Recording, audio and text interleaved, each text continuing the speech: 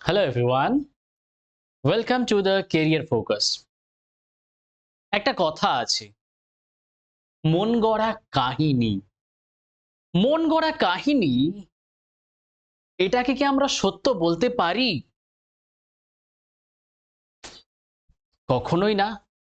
মন গড়া কাহিনীকে আমরা কোনোদিনও সত্য বলতে পারি না। এটার সত্যতা যাচাই করার জন্য আমাদের সঠিক উৎস কোনটা সেটা জানতে হবে। ভেরিফাই করার পরে তারপর আমরা যে কাহিনীটা বলা হলো সেটা আসলে মন গড়া ছিল কি ছিল না সেটা আমরা বলতে পারবো। ভেরিফিকেশন জরুরি। তার জন্য সঠিক উৎস জরুরি। আর এটা জরুরি নিউজ রিপোর্টিং এর ক্ষেত্রে। যত রকমের নিউজ রিপোর্টিং করা হোক না কেন তার উৎস সঠিক জানা জরুরি। যে কোনো জায়গা থেকে পেয়ে গেলাম সেটাকে উইদাউট ভেরিফিকেশন সেটা নিউজ বানিয়ে দিলাম, that is not the case. সেটা সঠিক জিনিস নয়। আমি ইতিহাস পড়াচ্ছি, কিন্তু আমি নিউজের কথা কেন বলছি? কারণ আজকে যেগুলো নিউজ হচ্ছে ভবিষ্যতে সেইগুলোই হবে ইতিহাস। ভবিষ্যতে সেগুলোকে ইতিহাস হিসাবে ধরা হবে। যদি আজকেই ভেরিফাই না হয় সঠিক রকম ভাবে, সঠিক উৎস রকম ভাবে, তাহলে তো সেটা ইতিহাসটা ভুল হয়ে যাবে। হবে কি হবে না? আজকে থেকে অনেক অতীতে যেগুলো ঘটেছে সেগুলো এখন বর্তমানে ইতিহাস। বর্তমানে এখন যেটা হবে সেটা ভবিষ্যতে হবে ইতিহাস। আর সেই ইতিহাসকে জানার জন্য আমাদের সঠিক উৎস খুব জরুরি। কি মনে হয় তোমাদের? সঠিক উৎস জরুরি কি জরুরি না? সঠিক উপাদান জরুরি কি জরুরি না? আমরা কোনো কিছুর বেসিসেই কোনো কিছু বলতে পারি। উইথআউট বেসিস, উইথআউট সোর্স আমরা কিছু বলতে পারি না। সেটাই হচ্ছে ইতিহাস। আর এই ইতিহাসই আমরা পড়ে আসছি। আর আমরা পড়ছি ইতিহাসের উপাদান। ইতিহাসের উপাদান খুব একটা ইম্পোর্টেন্ট জিনিস। বিকজ এই যে উপাদানের রেসপেক্টে আমরা ইতিহাসকে রচনা করেছি, যার রেসপেক্টে রচনা করেছি, যেটাকে ভিত্তি করে রচনা করেছি, দ্যাট ইজ মোস্ট ইম্পর্টেন্ট। এটা জানা খুবই জরুরি যে কোন সোর্স থেকে এসেছে এটা। যে কোনো বইয়েই লেখা হোক না কেন, এমনকি এনসিইআরটি বইয়েও যেগুলো লেখা হয়েছে সেগুলো উইদাউট সোর্সে লেখা হচ্ছে না। তোমার যদি মনে হয় যে এনসিইআরটি বইয়ে কোনো একটা জিনিস ভুল লেখা আছে, you can ask NCERT directly through mail or through letter, যেটা সোর্স কোনটা। তোমার রাইট আছে ওটা। আমরা ইতিহাসের উপাদান পড়েছিলাম। ইতিহাসের উপাদানের মধ্যে আমরা জেনেছিলাম ২ রকমের উপাদান, সাহিত্যিক উপাদান, প্রত্নতাত্ত্বিক উপাদান। সাহিত্যিক উপাদানই আমরা পড়ছিলাম। তার জন্য সাহিত্যিক উপাদানের যত ভাগ সেগুলো আমরা বলেছিলাম। আমরা বলেছিলাম দেশীয়, বিদেশীয়। দেশীয়র ভিতরে আমরা পড়েছিলাম ধার্মিক, ধর্মনিরপেক্ষ, এই ২ রকম পড়েছিলাম। ধার্মিকের ভিতরে বিভিন্ন ধর্মাবলম্বী যেগুলো সেগুলোই। যেমন বৌদ্ধ বৈদিক সাহিত্য, এটা সনাতন ধর্মাবলম্বীদের, মানে সনাতন ধর্মের সাহিত্য, বা বিশেষ করে বলা যেতে পারে আমাদের হিন্দু ধর্মের সাহিত্য। তারপর আমরা বৌদ্ধ ধর্মের সাহিত্য জানবো, জৈন সাহিত্য জানবো। ধর্মনিরপেক্ষের ভিতরে আমরা জানবো যেটা ইতিহাস ভিত্তিক, যেটা অর্ধ ঐতিহাসিক। আর আমরা আরো জানবো যেগুলো হচ্ছে জীবনীমূলক। আমরা যেটা জানছিলাম বৈদিক সাহিত্য জানছিলাম। বৈদিক সাহিত্যের ভেতরে আমরা জেনেছিলাম যে বৈদিক সাহিত্য একটা অনেক আগে লেখা হয়েছিল, অনেক আগে। সে অনেক আগে লেখা হয়েছিল, সেটা 1500 বিসি থেকে খ্রিস্টপূর্বাব্দ থেকে 600 খ্রিস্টপূর্বাব্দ পর্যন্ত যে সবগুলো সৃষ্টি হয়েছে সেগুলোর কথা বলবো। আর তারপরে 600 খ্রিস্টপূর্বাব্দ থেকে 600 খ্রিস্টাব্দ পর্যন্ত যেগুলো সেগুলো বলবো। প্রথমটাকে বলবো আমরা আসল বৈদিক সাহিত্য, কিন্তু সেকেন্ডটাকে আমরা কি বলবো? বৈদিক ঐতিহ্যের সাহিত্য। বৈদিক সাহিত্য, বৈদিক ঐতিহ্যের সাহিত্য। ওকে?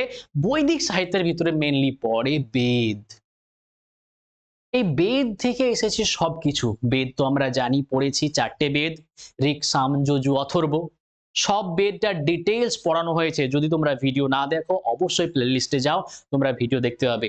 ভিডিওর আমি এইখানে আই বাটনে তোমাদেরকে প্লেলিস্টটা দিয়ে দিচ্ছি, তোমরা ওখান থেকে দেখতে পারো সম্পূর্ণ প্লেলিস্টে যতগুলো হয়েছে কমপ্লিট হিস্ট্রির। ওকে?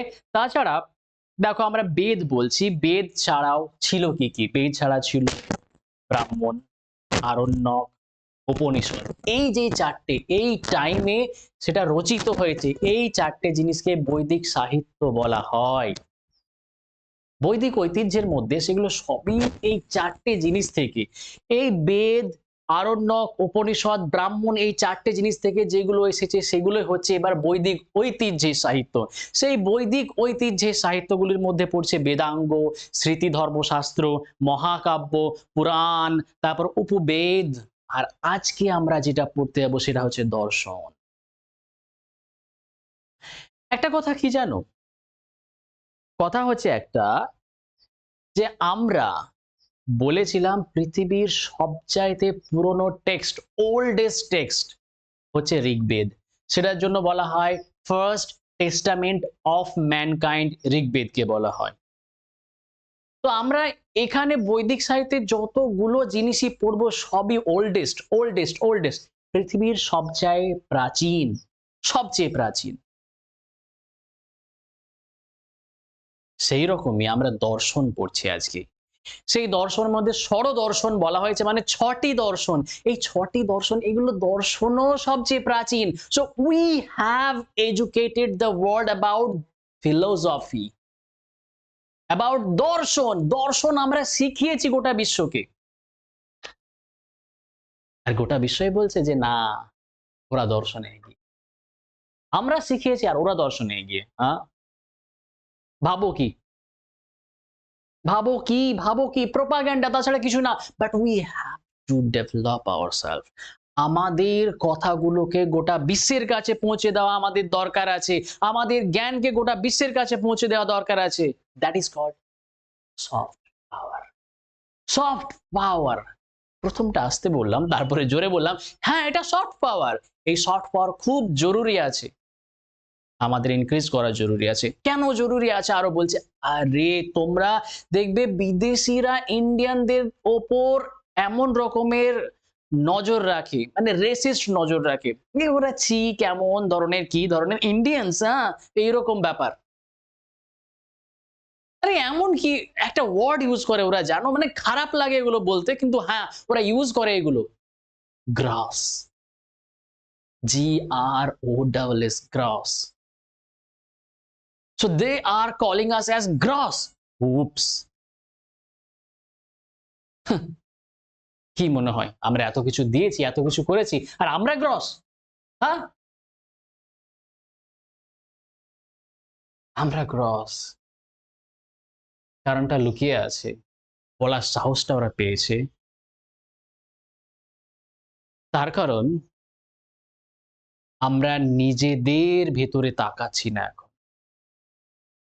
আমাদের কিছু অংশ আছে যারা ওয়েস্টার্ন সিভিলাইজেশনের সান্নিধ্যে যেতে চায়, সেগুলো চাক চমক দেখে মনে করে যে বাহ কি জায়গা, বিশাল ব্যাপার, বিশাল ব্যাপার, ওইসব জায়গাতে যেতে চায় একটা অংশ।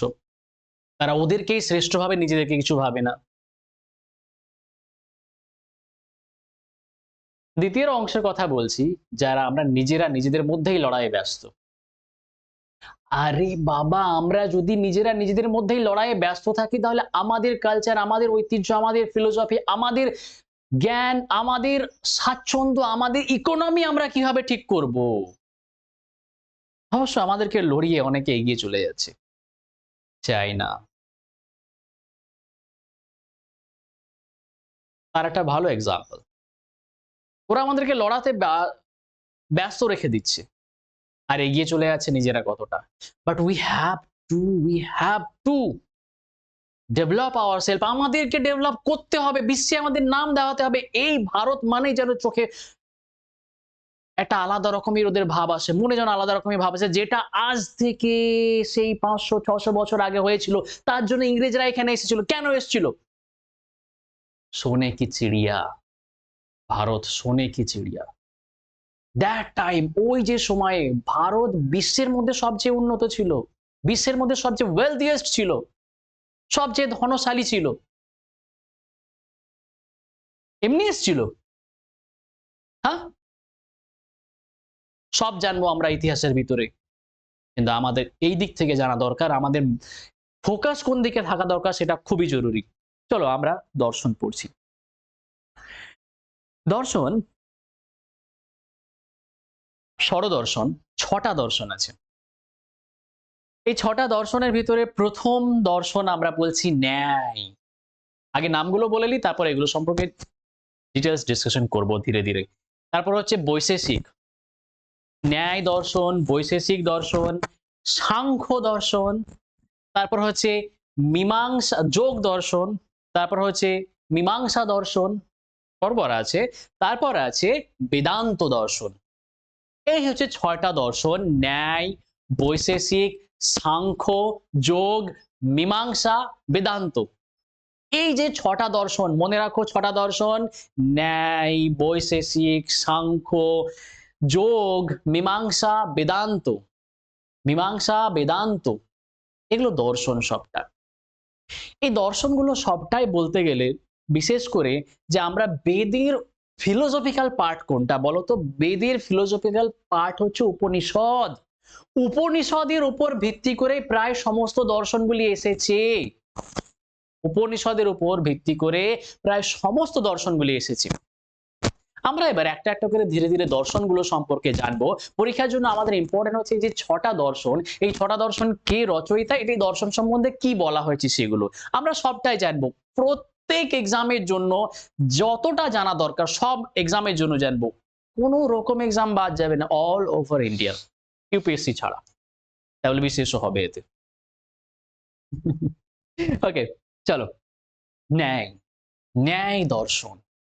এই যে ন্যায় দর্শন, এটা রচয়িতা হচ্ছে ঋষি গৌতম। কে রচয়িতা করেছেন? ঋষি গৌতম রচনা করেছেন এটার ন্যায় দর্শন। এই যে এই ন্যায় দর্শন, এটি আমরা কথার মাধ্যমে বুঝতে পারছি ন্যায়। এই যে এই কথাটা, এটার মাধ্যমে কি বুঝছি? যে সঠিক ন্যায় দেওয়ার জন্য যেই দর্শন সেটাই বলা হয়। মানে ভাবতে পারো যে একজন ডিটেকটিভ, একজন গোয়েন্দা সবসময় সত্যের অনুসন্ধান করে, তাই না? উনি যুক্তি ও তর্কের মাধ্যমে বিচার করে। তাহলে এটা যুক্তি ও বিচারের দর্শন হচ্ছে ন্যায় দর্শন। সব সময় এর কোনো না কোনো কিছুর ভিতরে যুক্তি থাকবে এই ন্যায় দর্শনের ভিতরে। এটি আমাদের শেখায় কি কিভাবে প্রত্যক্ষণ করতে হবে, অনুমান করতে হবে তর্কের মাধ্যমে, এগুলো সবই বলে দিয়েছি যা লেখা আছে। মেন কথা তোমরা বুঝে নাও, ন্যায় দেওয়ানো, সত্যকে অনুসন্ধান করা। কে বলেছে? ন্যায় দর্শন বলেছে। লিখেছেন কে? ঋষি গৌতম। ঋষি গৌতম এটার প্রতিষ্ঠাতা, এটা রচনা করেছেন। আমি এবার আসি নেক্সট, বৈশেষিক। বৈশেষিকটা খুব ইম্পর্টেন্ট। দেখো, ইতিহাস যখন পড়ছি আমরা, ইতিহাসের সমস্ত বিষয়ের সঙ্গে রিলেটেড, বিকজ যা ঘটে গেছে সেটা কেউ সায়েন্সের ফিল্ডে করুক, এটা ইকোনমিক্সের ফিল্ডে করুক, সে যুদ্ধের ক্ষেত্রে করুক, পলিটিক্সের ফিল্ডে করুক, সবই ইতিহাস। তো সেই রকমই এই যে বৈশেষিক, এই বৈশেষিকে এমন একটা ফিলোসফির কথা বলা হয়েছে, সেই ফিলোসফিতে বলা হয়েছে সমস্ত বিশ্বের যত জিনিস আছে সব কিছু ছোট ছোট ছোট ছোট ক্ষুদ্র ক্ষুদ্র ক্ষুদ্র কণা দিয়ে তৈরি। ছোট ছোট ছোট ছোট ক্ষুদ্র ক্ষুদ্র কণা দিয়ে তৈরি সমস্ত কিছু। আরে বাবা, তাই তো, সবকিছু ছোট ছোট ক্ষুদ্র ক্ষুদ্র কণা দিয়ে তৈরি। আর এই জিনিসটাকে কি বলা হয় বলতো? পরমাণু। ইংরেজিতে আমরা অ্যাটম বলি। আর এই জিনিসটা আমরা বলেছি কে আবিষ্কার করে, আমরা পড়েছি বলতো সায়েন্সে? ডাল্টন, তাই না? মনে পড়ছে না? জন ডাল্টন পরমাণুবাদের তত্ত্ব দেয়। আরে বাবা, দেখ, এই যে ফিলোসফিতে, বৈশেষিক ফিলোসফিতে, বৈশেষিক দর্শনে আজ থেকে 5000 বছর আগে এখানে দিয়ে দেওয়া হয়েছে যে প্রত্যেকটা পদার্থ ছোট ছোট ছোট ক্ষুদ্র ক্ষুদ্র কণা দিয়ে গঠিত। এখান থেকে বলা যেতে পারে না ওরা এখান থেকে নিয়েছে? আমরা তাহলে পরমাণুর অস্তিত্ব, পরমাণুর কথা সর্বপ্রথম কে বলেছে যদি বলা হয়? ডাল্টন বলবো? নো, বলেছেন এই বৈশেষিক দর্শন। আর বৈশেষিক দর্শনের রচয়িতা কে? কনাদ। ঋষি কনাদ বৈশেষিক দর্শন রচনা করেছেন। তাহলে আমরা বলি পরমাণুর অস্তিত্বের কথা প্রথম কে বলেছেন? ঋষি কনাদ। কিন্তু ওরা স্বীকার করবে না, ওয়েস্টার্ন সিভিলাইজেশন স্বীকার করবে না। ওরা তোমাদেরকে বলে গ্রস, গ্রস গ্রস বলবি দেখা, মনে প্রতিজ্ঞা নিয়ে না ওদেরকে দেখাবো। তার জন্য কি নিজে নিজে লড়াই দরকার নাই, নিজেকে উন্নত করার দরকার আছে। এর সঙ্গে ও লড়াই করবো, ওর সঙ্গে ও লড়াই বাঁধিয়ে দেবো। আরে লড়াই বাঁধিয়ে দিয়ে কারা পাচ্ছে সুযোগ? কারা পাচ্ছে? এক শ্রেণীর লোক সুযোগ সুবিধা পাচ্ছে, তারা সবকিছু নিজের মধ্যে আটিয়ে নিচ্ছে, দেশকে ফেলে দিচ্ছে তলাতে। যাক দেশ যেখানে খুশি। এই যে এখানে আমি বললাম দর্শনে কি বলা হয়েছে সেটা তো আগেই বলেছি, যে বিশ্বের সবকিছু ছোট ছোট পরমাণু দিয়ে গঠিত, সবকিছু এখানে এটাই বলা আছে। বৈশেষিক দর্শনে যে কিভাবে উপাদানগুলো, এই যে ছোট ছোট উপাদানগুলো নিয়ে কি ধরনের জিনিস গঠিত হতে পারে, মানে সমস্ত কিছুর পিছনে উপাদানগুলি দায়ী। যতগুলো কিছু হবে সেই ছোট ছোট উপাদানগুলি ওগুলোই দায়ী। মানে আমরা যদি এই দর্শনটাকে আরো ভালো রকম ভাবে বুঝতে, আমাদের জীবনে ছোট ছোট ছোট ছোট ছোট ছোট কাজগুলো সমষ্টি নিয়ে একটা দিনের ভিতরে আমি এই কাজটা করলাম, একটা এখানে কাজ করলাম, এখানে একটা কাজ করলাম, এই ছোট ছোট ছোট ছোট কাজগুলোকে নিয়েই আমাদের পুরো দিনটা তৈরি হয়। একটা দিন মিলে আবার এই যে কাজটা করলাম, তারপর আর একটা দিন, তারপর আর একটা দিন, এই যে একটা ছোট ছোট ছোট ছোট সমস্ত কিছুর সমষ্টি মিলেই আমাদের একটা মাস হয়, বছর হয়, সবকিছু হয়। মানে কি জীবনের প্রত্যেকটা অংশ কণা, প্রত্যেকটা ইউনিটে বিভক্ত করা যেতে পারে। এটাই দর্শনের কথা বলা হয়েছে। আমরা বৈশেষিক দর্শন পড়লাম, আমরা এবার পরের দর্শন আসছি সাংখ্য দর্শন। সাংখ্য ঋষি কপিল এটার রচয়িতা, ঋষি কপিল এটি রচনা করেছেন। এটাতে দুটো কথা বলা হয়েছে, বাস্তবতার দুটি অংশ, একটা হচ্ছে পুরুষ আর একটা হচ্ছে প্রকৃতি। পুরুষে বলা হয়েছে যে আমাদের মেন কথা হচ্ছে আত্মা, একটা আত্মা, আর একটা হচ্ছে জড়। আমরা জড় কোনটাকে বলবো? আমাদের আত্মা ছাড়া আমাদের দেহ নিষ্প্রাণ। যখনই আত্মা বেরিয়ে যায় আমাদের দেহ থেকে, তখনই আমরা কি হয়ে যাই? জড় হয়ে যায়। কি হয়ে যায়? জড় হয়ে যায়। তাহলে এই যে পুরুষ আর প্রকৃতি দুটোর কথা বলা হয়েছে, পুরুষ বলতে এখানে বোঝানো হয়েছে আমাদের আত্মা, স্পিরিটের কথা বলা হয়েছে। এটা বেরিয়ে গেলে যেটা পড়ে থাকে আমাদের দেহতে, জড় পড়ে থাকে, নিষ্প্রাণ একটা জিনিস।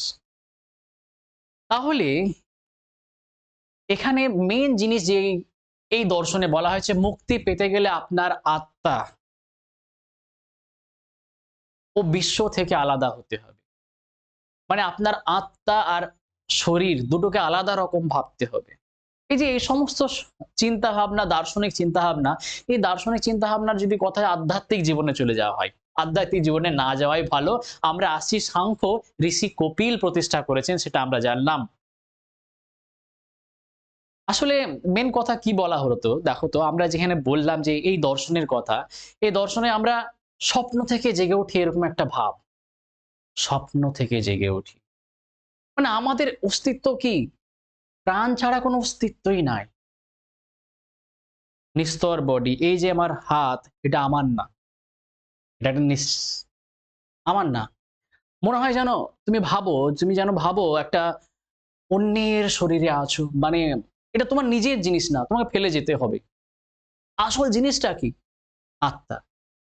দার্শনিক চিন্তা ভাবনা, কত গভীর চিন্তা ভাবনা, ভাবো কত গভীর চিন্তা ভাবনা। এগুলো ভাবতে গেলে, মানে দর্শন ভাবতে গেলে, মানে পৃথিবী, দুনিয়া, জগৎ সম্পর্কে মানে মোহ মায়াসা উঠে যাবে। কেমন ধরনের ভাবনা হবে আছে।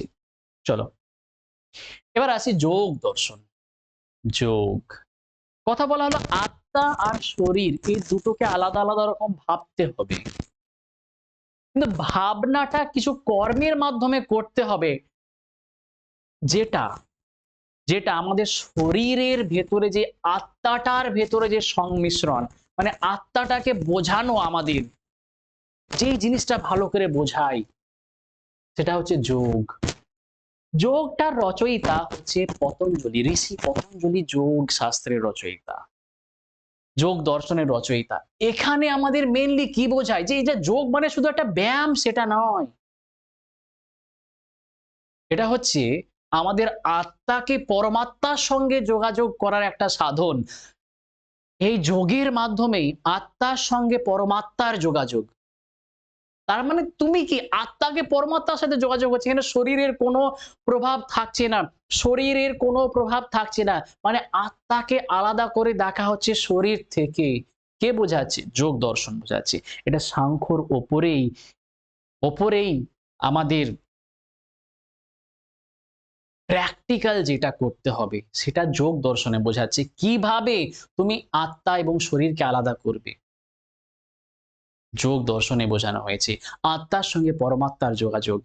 সমস্ত দর্শনে কিন্তু একটা জিনিসই কথা বলা হয়েছে, সত্যের সন্ধান, মুক্তির সন্ধান, সমস্ত কিছুর সন্ধান এই সমস্ত দর্শনেই বলা হয়েছে। এবার আমি আসি মীমাংসা। মীমাংসা দর্শন, এটার প্রতিষ্ঠাতা হচ্ছে জৈমিনী বা যামিনী। জৈমিনী এটা মেনলি মীমাংসাতে যে বৈদিক আচার অনুষ্ঠান কিভাবে ধর্মে মানে নিয়ম নীতি সমস্ত কিছুই নিয়ে এটা কেন্দ্রীভূত এই মীমাংসা। এটিও কিভাবে সঠিকভাবে প্রার্থনা করা, কি রকম ভাবে আচার জীবনযাপন, কিভাবে সমস্ত কিছু পালন করব, সবকিছু এখানে বলা হয়েছে, এই মীমাংসাতে বলা হয়েছে। তো এবার আমরা আমরা ফিলোসফিটা পড়বো, সেটা হচ্ছে বেদান্ত। বেদান্ত ফিলোসফি, এটার প্রতিষ্ঠাতা হচ্ছে বদারায়ণ। তিনি ব্যাস নামেও পরিচিত। এই যে বেদান্ত, এটা মেনলি উপনিষদের একটা দার্শনিক সারাংশ, উপনিষদ থেকে নেওয়া হয়েছে, মেনলি এটাই উপনিষদ থেকে নেওয়া হয়েছে। এখানে মেনলি কি জিনিস বলা হয়েছে যে বেদে কোনো কোনো সময় অগ্নির পূজাও আছে, বায়ু পূজাও আছে, আকাশের পূজাও আছে, কিন্তু এই সমস্ত পূজার মাধ্যমে কনফিউশন হয়ে যায় যে সমস্ত কিছু কোনটার পূজা। বেদে এমনও বলা আছে যে এই সমস্ত কিছুই একই দিকে যাচ্ছে, মানে একটা বিভিন্ন পথ, সত্য একটাই। এবার সেই সত্যটা কি? সেই সত্যটা হচ্ছে চরম সত্য। আর সেই চরম সত্যটা যে ব্রহ্ম সত্য, চূড়ান্ত বাস্তবতা, ব্রহ্ম, আপনার প্রকৃত আত্মা। মানে যা কিছুই করো না কেন, যেই রকম ভাবে করো না কেন, যে ব্রহ্মের দিকে তোমাকে নিয়ে যাওয়া হবে। সমস্ত কিছু সৃষ্টি ব্রহ্ম, ব্রহ্মা, চরম ব্রহ্ম, পরম সত্য, অহম ব্রহ্মা। সো এটা আমরা জানলাম বেদান্ত সম্পর্কে। বেদান্ত আপনাকে জিজ্ঞাসা করবে, কি জিজ্ঞেস করবে, যে আপনি কি শুধু আপনার শরীর, নাকি তার চেয়ে বড় কিছু? কি তোমার কি মনে হয়? তুমি কি শুধু তোমার শরীরের মধ্যেই সীমাবদ্ধ, না তার চেয়ে বড় কিছু, অনেক বড় কিছু? এই ছিল আমাদের ফিলোসফি। ফিলোসফির আমরা ৬টা ফিলোসফি পড়লাম।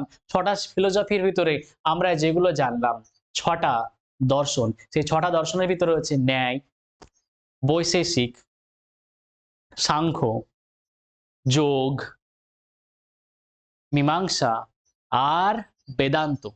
আমরা জানলাম এগুলো কে রচনা করেছে আর এই দর্শনগুলি কি বলছে।